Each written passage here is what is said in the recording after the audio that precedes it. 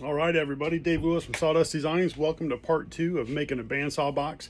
If you guys remember, after part 1, we had the cherry. We cut it all up and glued it all together. Something that I forgot to mention when we glue these things together is making sure that you have a nice edge. If you can see this, you can't really see a seam, right? Because we had a nice straight edge on it. So when we clamped it, that way you don't have gaps in your wood, because it's going to show.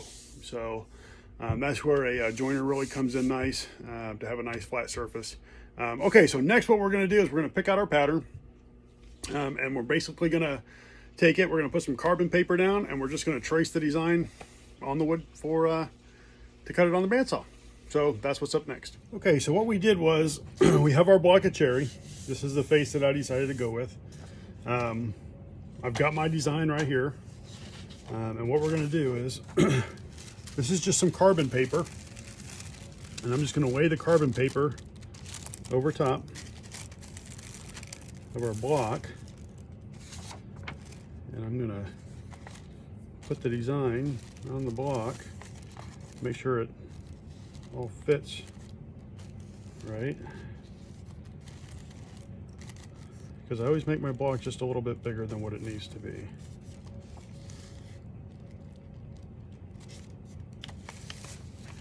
All right, pretty good. So I'm just going to kind of crease this paper just a little bit here.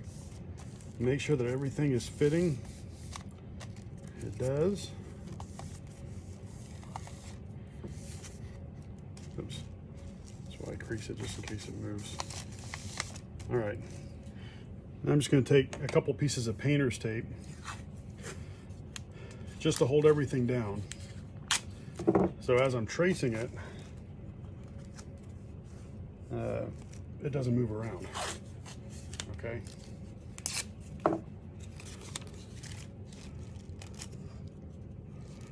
Nice and snug. We'll go ahead and throw down some of that painter's tape.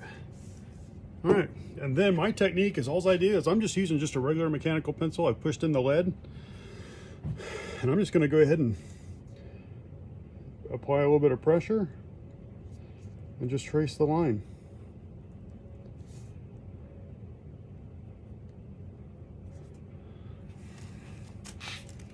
That's all we're doing, just tracing the line. It doesn't have to be perfect. You can really make it whatever shape you want.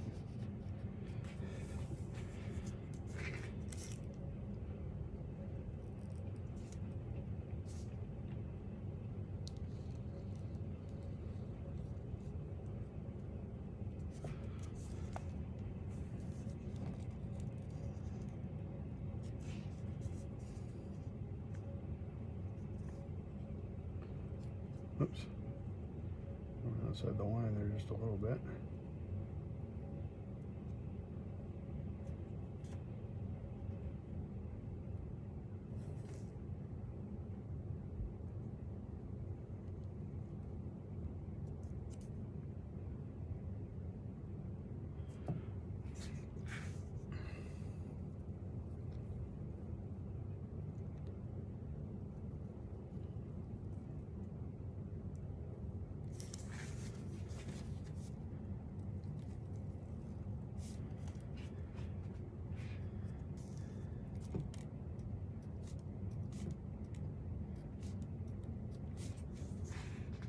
All right, these dotted lines are the or where your cuts are going to be for the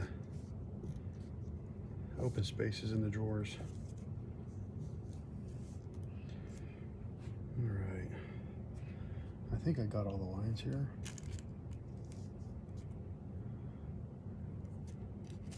Oh, let's just undo the tape and make sure that it all transferred over.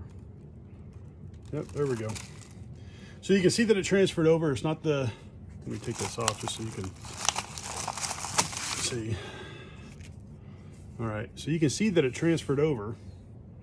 And that gives us our basic shape. And we'll clean that up with sanding and, you know, the cut and the sanding. So should look pretty good. Next we'll start to cut.